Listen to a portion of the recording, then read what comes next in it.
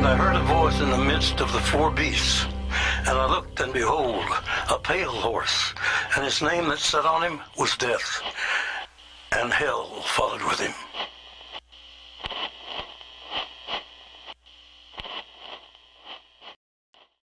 Hey guys, Fundies the Mercenary here with another Battlefield breakdown. It's my points of view of strategic value of maps. Today's map is Line Harvest, and I'm going to start where I started on the last video. I don't know the exact orientation of the map, so we're just going to call the top north, the bottom south, the right east, and the left west. Alright.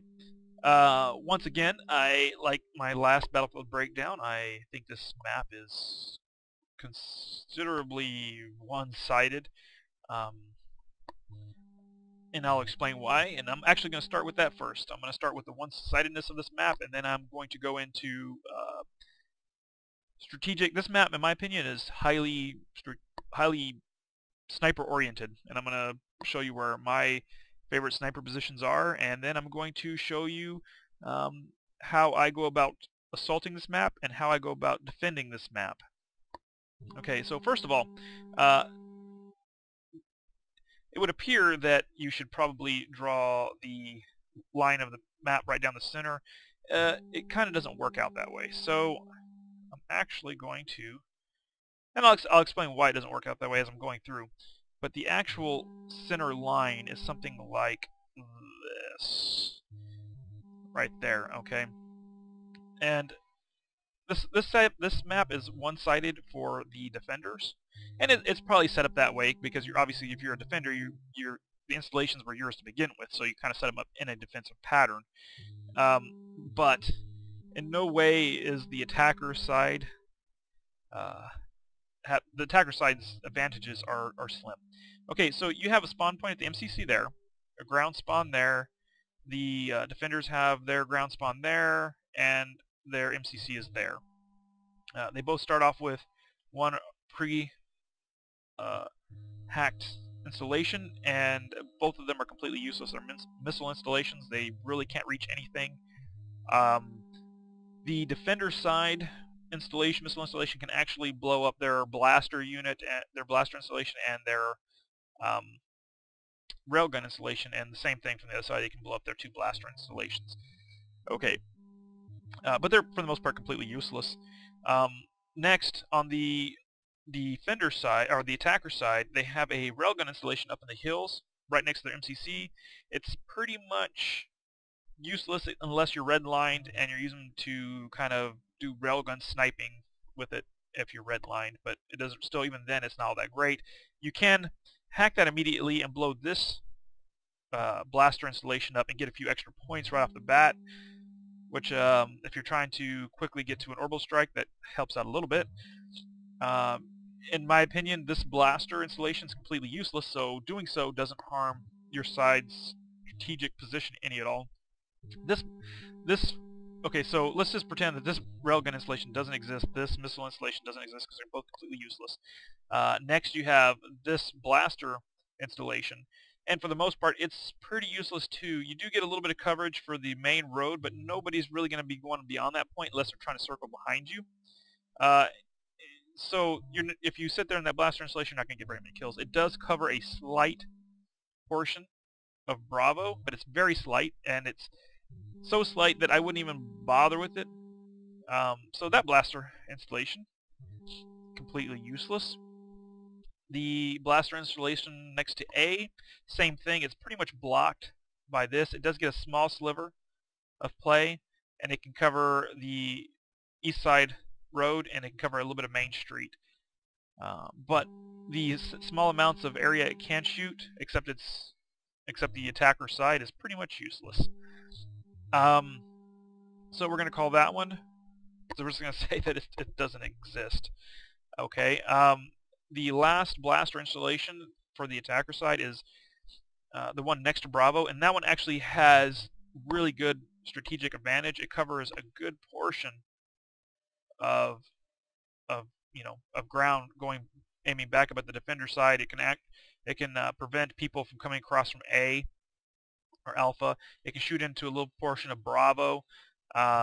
If you're on the defender side and you push them back to the red line, you can use that to keep them from coming back out of the red line, because all that area over there, all this area is open ground, so that blaster installation's got free range of it. But unfortunately, because that blaster is so well placed on the map, it's pretty much really the only one that has a high efficiency a high efficiency rating, in my opinion, of usefulness, that it usually ends up getting blown up. Right off the bat, it's blown up. So we're just gonna have to say that that one doesn't exist, because most of the times it doesn't within 5 minutes of the game starting. All right.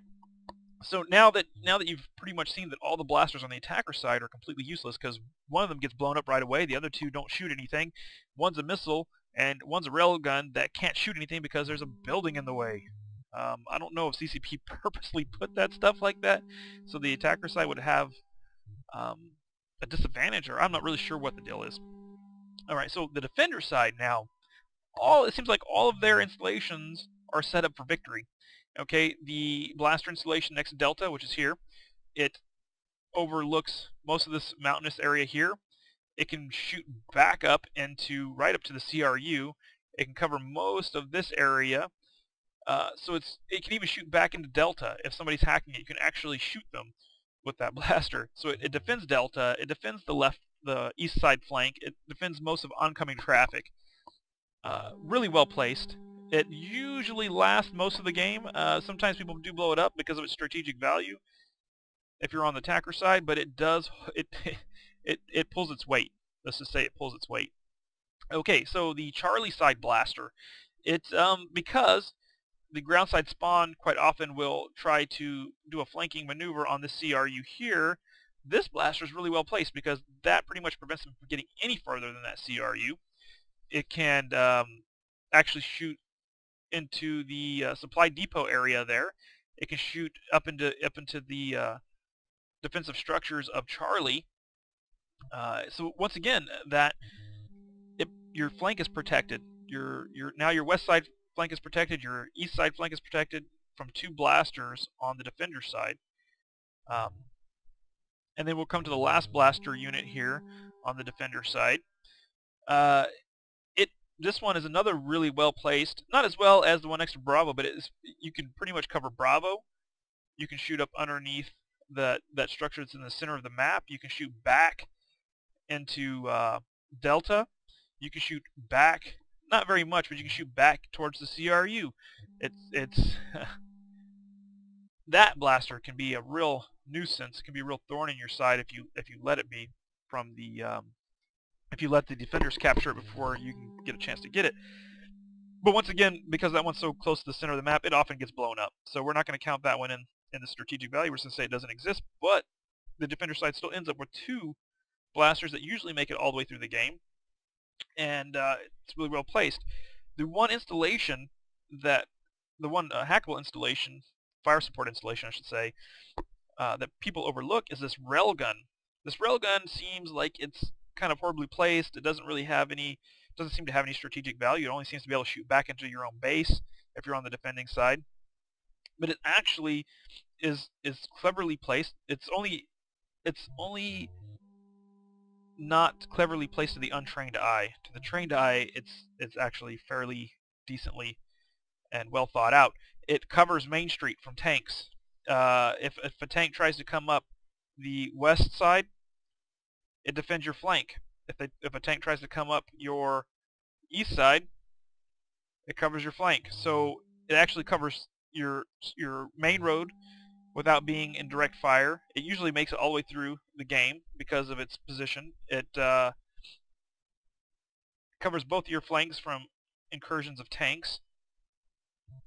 But once again, believe it or not, some people do take that out just because of the points, because they look at that railgun and they say, oh, well, it's completely useless. Let's just blow it up to get the points. But it actually is fairly cleverly placed and useful in the right hands. But we're going to go ahead and exit out because it often gets blown up. But now if you look at all the installations that have been, all the hackable support fire installations that have been X'd out, you'll notice that there's only two left, and they're both on the defender side, which is crazy. because that's that's a hell of a lot of fire support for one side to have when the other side doesn't have any.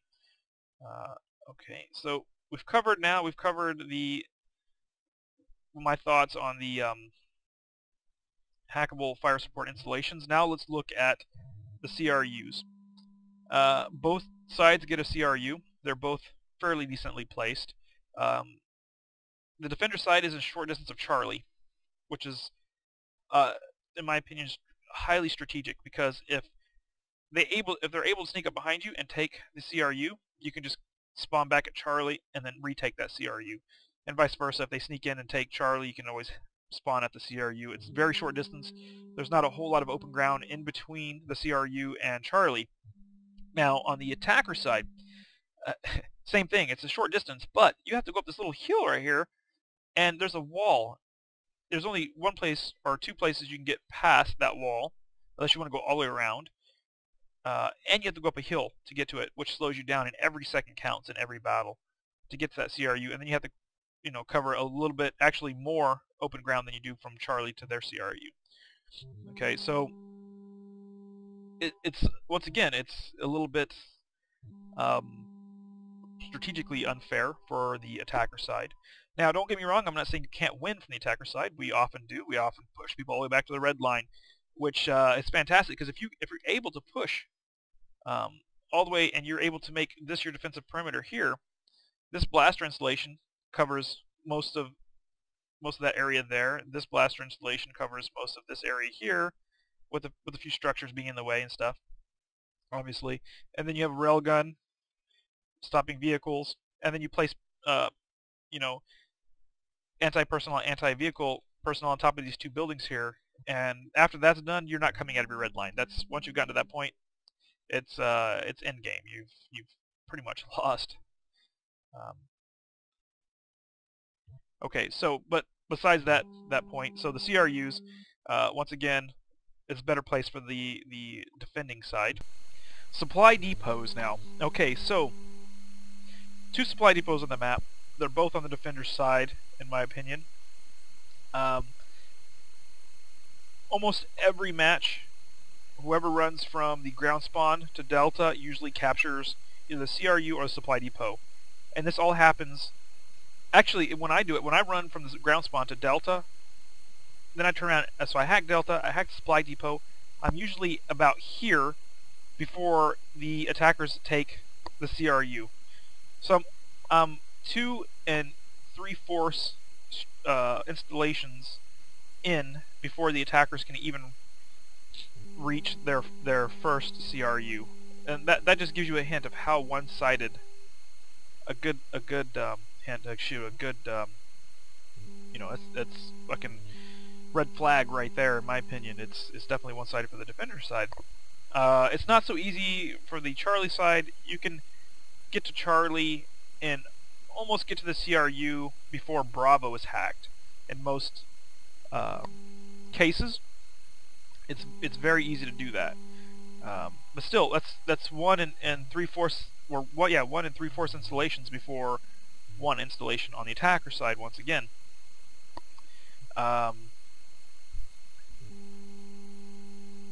but back on I'm kind of wandering off of the supply depot thing. So you got the east side supply depot is definitely oriented towards the defender side. Now, on occasion, I have made it to Charlie and made it to the supply depot before Bravo's hacked. I know it seems kind of odd because I can't make it to the CRU before Bravo's hacked, but that's, like I said, that's on occasions, not all the time. But once again, I'm already almost all the way to the supply depot before Bravo's hacked, which means I'm already automatically closer to the supply depot, which is why I say the middle line is where it's at, because if I can get to almost all the way to the supply depot before they can hack Bravo, which that means, in my opinion, I'm closer, even if the distance is actually further or it looks further. So both supply depots are on the defender side. They're both easily captured by the defender side before the attacker side. So that pretty much leaves no support structures, with the exception can't talk today, with the exception of the CRU. That's about it. Okay, so now I've explained why the map is one-sided. Now it's time to get into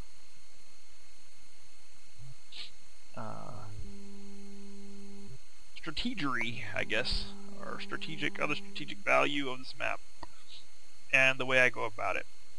Okay, since I've been dogging on the attacker side of this map, I guess I'll go across a few pros for the attacker side. One is, if you're sniper and you spawn in on the ground, you can actually make it up to, I think it's about right, I don't know, I'm not sure if it's here. Yeah, I'm almost positive it's right there. Okay, let me erase that real quick. Make this a little bit more professional here. Okay, so like I was saying, if you're a sniper and you spawn in on the ground, you can actually make it to a sniper position that's somewhere about right there, which allows you to shoot the person hacking Charlie, and you can actually make it there and set up before the first person makes it to Charlie.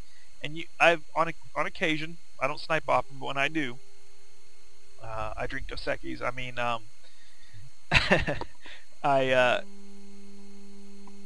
first thing I do is run up there, get on the sniper position, and start preventing them from hacking C. Because the more seconds you can buy your team, the better. And even if you only stop one person from hacking it, you've done your team a favor. You've done your team a solid, and you can do that. So that's one benefit of the attacker side. You can prevent them from hacking Charlie for a little bit of time.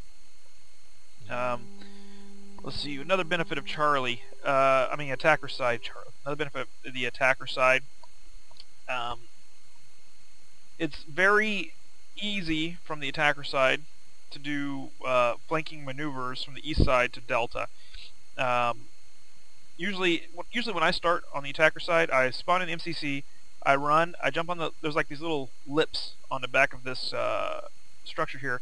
I jump there, place a uplink, run down, hack the CRU, and I'm usually about here somewhere when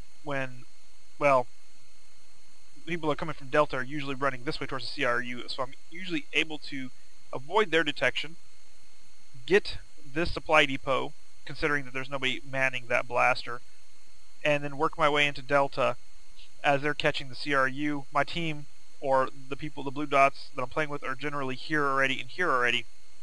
So they're able to start a little firefight going on here, which prevents them from either taking the CRU or from taking Alpha. So we've managed to take Delta, Alpha, the CRU, and Bravo usually within the first 3 to 5 minutes of the game. Probably less than that, actually. I'm probably being kind of generous with the time there. It's probably like maybe 2.5 minutes into the game, if played correctly. Another benefit to the attacker side is if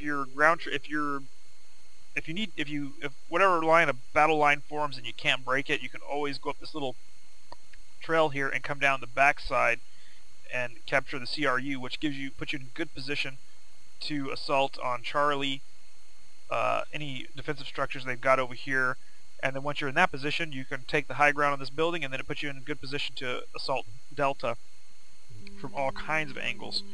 Alright, and those are just some of the benefits from the attacker side, but once again, even with that, there are more benefits to the defender side by far. Alright, so those are some of the strategic moves that I use on this map. I rarely go straight down into the center. I usually work this map from the outside. But I mean, that's for this map for the attacker's point of view. The best things to do is take Alpha, CRU, and then start working a line from the CRU down to the supply depot, Delta, and the blaster. Same thing from the opposite side is try to get some personnel up and over to the CRU while somebody else is moving Bravo and all the installations in this area here.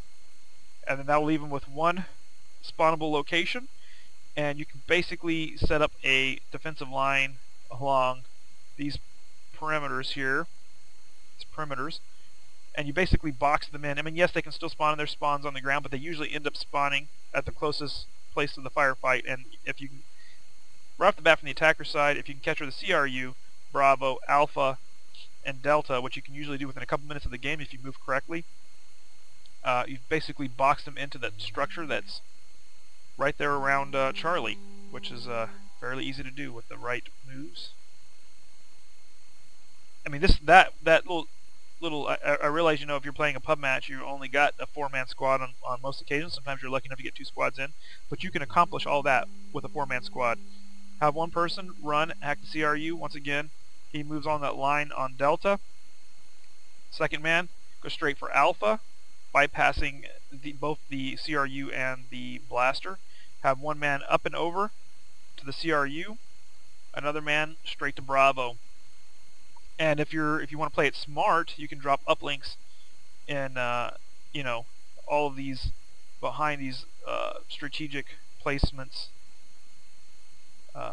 That's where I'd place the uplinks, would be just behind Bravo, just before you go down that hill on the that structure there, that pylon, and just behind the supply depot as you're moving into Delta, so that if you make it in Delta and die, you can just spawn right back by the supply depot and run back in there. If you die trying to hack the CRU, you can spawn right there behind that pylon, move right back on the CRU. If you die trying to hack Bravo, you can spawn right behind Bravo, move right back in there. If you die trying to hack Alpha, you can spawn right there on top of those pipes, move right back into Alpha. And those are some really good moves from the attacker side, from my point of view. And that's accomplishable with accomplishable, if that's a word, with a 4-man squad. And then, of course, once you get those locations, then you can obviously, you know, regroup and start fighting as a group. But what I just said was like very beginning of the fight, first couple of minutes. You've put yourself in a good position. You've caught 3 letters, 2 CRUs, and the blue dots most likely hacked some installations. Also, they probably hacked some of the supply depots and whatnot.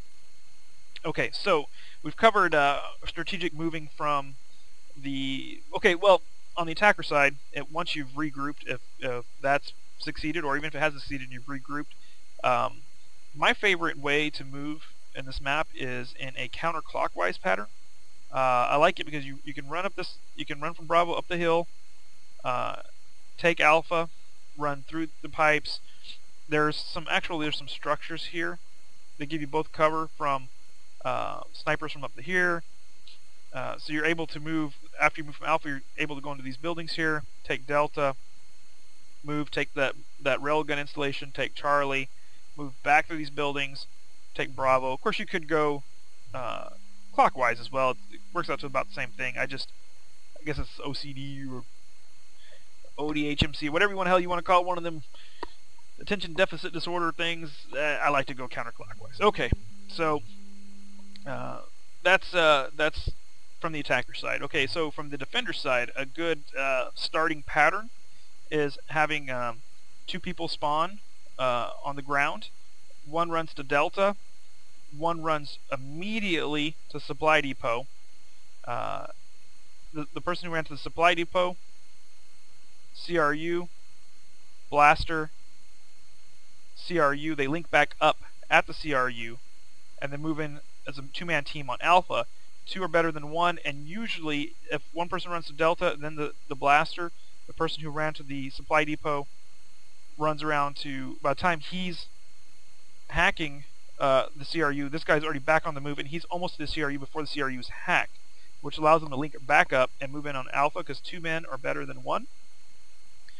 Okay, so that's allows you to kind of move slightly in a group. By the time you're in the danger zone, you're back in a group again, which helps out. Okay, so then you have 2 people spawn in CRU. One immediately runs to Charlie, and the other immediately runs to this blaster. And if he's able to hack the blaster, he blows the Bravo side blaster up immediately. By the time all that's happened, this guy's able to have hacked the CRU, and he's back moving towards the person who hacked the blaster. Is blowing up the blaster in front of him. They link back up and attempt Bravo. If there's enough time in between, every now and again, hacking that blaster and taking out the opposing blaster, you haven't end up with enough time for the person who hacked the CRU to hack the supply depot, and then you move in on Bravo. Usually by the time you're moving in on Bravo, Bravo's been hacked. or there's personnel there, so you don't always get to move in on Bravo. But at this point, you've basically, let me show you again here. So you having one person run straight to this blaster. This blaster can actually prevent movement in that area. So if they, by the time you get to that blaster and hack it, they've usually gotten here. You can kind of be a thorn in their backside, restrict their movement, which gives your buddy. I'm sorry, hold on. Leave the CRU to the blue dots. Gives him time to hack Charlie, and either hack the other flanking blaster or the supply depot, and you've basically taken all resupplying hopes and dreams, or equipment switching or whatever dreams, away from your opposing team. See, once again, you'll notice that you're able to move in a two-man group from the defender side. If you want to be able to take most of the objectives, you can move in two-man groups still. Whereas from the defender side, you can do that. From the attacker side, if you want to do the same amount of damage right away, you have to move in a single-man groups, which leaves you vulnerable. But that's the way you can do it. And so basically, what you end up with is if your east side two-man group takes Delta, CRU, and Alpha, and your two-man group from the defender side, MCC, takes Charlie, you've basically made a defensive box here, and which makes them pretty much only able to spawn in this area. And so you've boxed them into one corner. And by the way, for any of you who aren't Crime Wave members, Crime Wave is recruiting, as always, but more importantly, if you're not a Crime Wave member, take my advice, always leave your opponent's one spawn location, whether it be a CRU or an objective point, Alpha, Bravo, Charlie, Delta, whatever it is, leave them one place to spawn. One thing that drives us crazy is when we're playing with people we don't know, they go and hack every last objective, and then the opposing team has to spawn at their MCC or their ground spawn, and they stop coming out because their walk back into the battlefield ends up getting them killed. So that leaves us bored out of our minds and nothing to shoot at. So just wanted to throw that out there. If you're listening to this program and you're not part of Crime Wave, be a friend. Leave the red dots, the cherries, the whatever you want to call them, red dots, cherries, the opposing side, the enemy. Leave them one hackable objective open for them, or let them have one so you have something to kill. Okay. So that's the assault strategies for myself for both the attacking and defending sides. Now I'm going to go over sniper locations. I don't snipe often. I do every once in a while. My favorite sniper positions are, depending on what the battlefield is looking like at the time, there. This white line here is showing you where the red line is. It's actually, believe it or not, it's about right there. They kind of got that wrong. I know for a fact because I snipe from this peak right here, and I'm not in the red line when I'm up there. I also snipe from this location, this location, this location, this location, this location. One of my favorite sniper positions is this location. You can get snipers up on these pylons, and they'll do great damage. This map is highly oriented towards snipers. There's so many places you can snipe from. If you like to combat snipe, you can do so from these locations. I've known people to snipe from the pipes, even though it's a little bit more open, but you can do it. Definitely that location. Yeah, I mean, there's plenty of sniper positions to be held in this map. There's no shortage, so to say, of sniper locations. If you want to, now dominating the battlefield, if you want to dominate the battlefield, troop placement. Okay, so far I've showed you my point of view of the one side end of this map. I've showed you my strategic moves for taking the map and holding the map. Now, dominating the map, where you should have troops to control the battlefield. Let's say obviously you won't be able to place troops in all these locations if you're in a 4-man group. Let's say you have an 8-man group. let's say you manage to get 2 squads in, 2 full squads, 8 men. If you can get some troops, or at least one guy with an assault rifle, mass driver, forge gun, preferably mass driver or laser, up on this building here, that's dead center of the map, you're gonna have superior firepower all over the place. I mean, he can pretty much cover. Obviously, he's not shooting up under buildings, but we're just gonna say mass drivers and lasers can cover a great deal. There's a mountain here, so he can't shoot into A, but I'm just showing you kind of trying to give you an idea of the area. It's probably actually wider than this. I don't use lasers too often, and my laser rifle that I do have is just a basic one, so I really don't know what my range is. But you can see you can cover quite a bit of area. It's a 360 view from up there. You can move all around. It's got cover up there, so you can hide from snipers and stuff. It's also a great location to snipe from. But anyways, get you a man up there on top of those buildings. Get you a sniper on top of one of these pylons. He may not be able to hit everything from up there, but he's going to be able to give you strategic locations of the movement of your opponents, either from either side. Troop placements on top of these buildings, fantastic.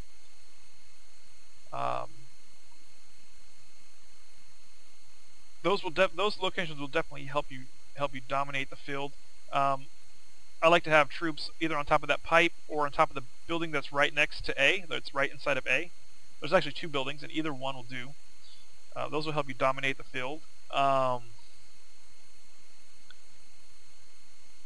Yeah, I mean, this also is a good map for if you want to dominate. It's a good map for dropships. Actually, having a dropship on this map actually will benefit you greatly. You can drop troops up on top of the pylons to put uplinks down to help you spawn all over the map.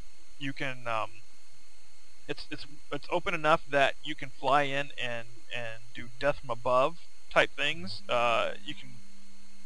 It's just great. So those are some of the locations that I think are strategically important if you want to dominate the map. Make sure you have some troops in those locations. They don't have to stay there, but it's an idea. Let's see, what else? Okay, so good locations for uplinks. There's actually a little tight spot just between Bravo and his blaster. Somewhere right in there. It's a great spot. I like to have one up here, back here, on top of either one of these buildings, or both.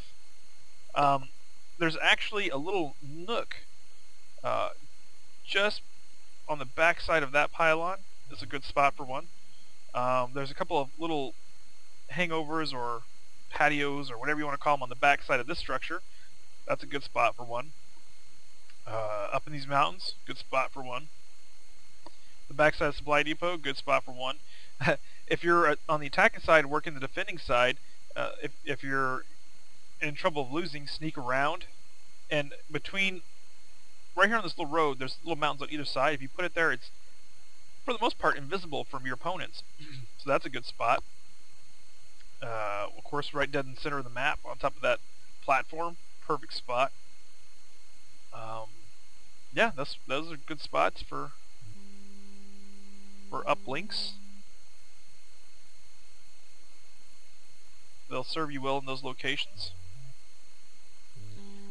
Let's see, what else can I cover? Let's see, I already did my pros and cons and why I think that this map is one-sided. Let's see, I've talked about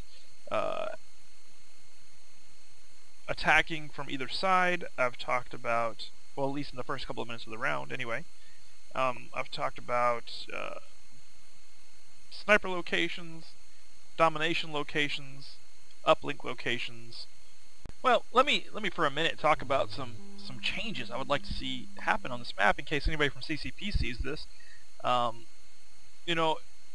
This CRU is well placed, but I think if you swapped out this CRU for this blaster, so the blaster is in this location area and where the CRU's at, and the CRU is where that blaster is at, I think that's one change that can be made very easily, and I think it would bring so much more to the battlefield. Either that or put that CRU back where it used to be, over in this area somewhere. that would be, and then put the blaster where that CRU is now, and that would be huge for this map. I mean, if you had a blaster there, it'd be great for whoever took it, for either team. It'd be, a benefit for the attacker or the defender side, because it basically would cover huge portions of the map. I mean, it would pretty much cover all of this area, and then back up in here. Plus, you'd be able to shoot a little bit back over this way. Not a whole lot, but a little bit. So that placement would be good for both sides. It would kind of even out the benefits for blasters for both sides. I think this blaster here should either be kind of... It needs to be moved. This supply depot needs to be moved too. This supply depot, it's good where it's at, but I think it could be better placed, more fairly placed, because the defender side, there is without a doubt is within range of Delta, and it's not within range of anything else. Whereas the supply depot next to Bravo is in range of both Charlie and Bravo, and it works out good. But I think one of these supply depots should be more fairly sighted for the attackers. I think this supply depot maybe should be put either on the other side of the road, on the other side of Bravo, or actually swapped out with that. This blaster be eliminated, and the supply depot goes back here. Maybe that blaster can be moved over here, or on this side of the road over here. That would be make things a little bit more fair for the attacker side. I realize they're attackers; it's not supposed to be fair for the attacker side, but I think that would even things up just a little bit more, swapping those around. I think that, well, that's pretty much all of this one right here. This blaster is perfect. CRU perfect. Supply depot perfect. Blaster perfect. Railgun perfect. Blaster perfect. This one and this one here, they just need to be moved to more strategic locations for the attacker side. Like I said, that one needs to be swapped out with that CRU, and this one either needs to be moved to this side of the road over across from Bravo, or it needs to be maybe put somewhere like here where it can get kind of coverage into the main street or something. Something to give a little bit of effect, more effect in the battle, I think. This is my opinion. Anyways, that's pretty much everything I have for today's episode of my Battlefield breakdown. Thanks for watching. Check back often. Check back soon. More videos. If there's, you have a suggestion or an idea for strategies, let me know, and I'll remake the video, or I'll make a new video or something. I don't know. Suggestions are welcome. Please like my videos if you can. If you like them, like them. Click the like button and subscribe by all means. Thanks for watching.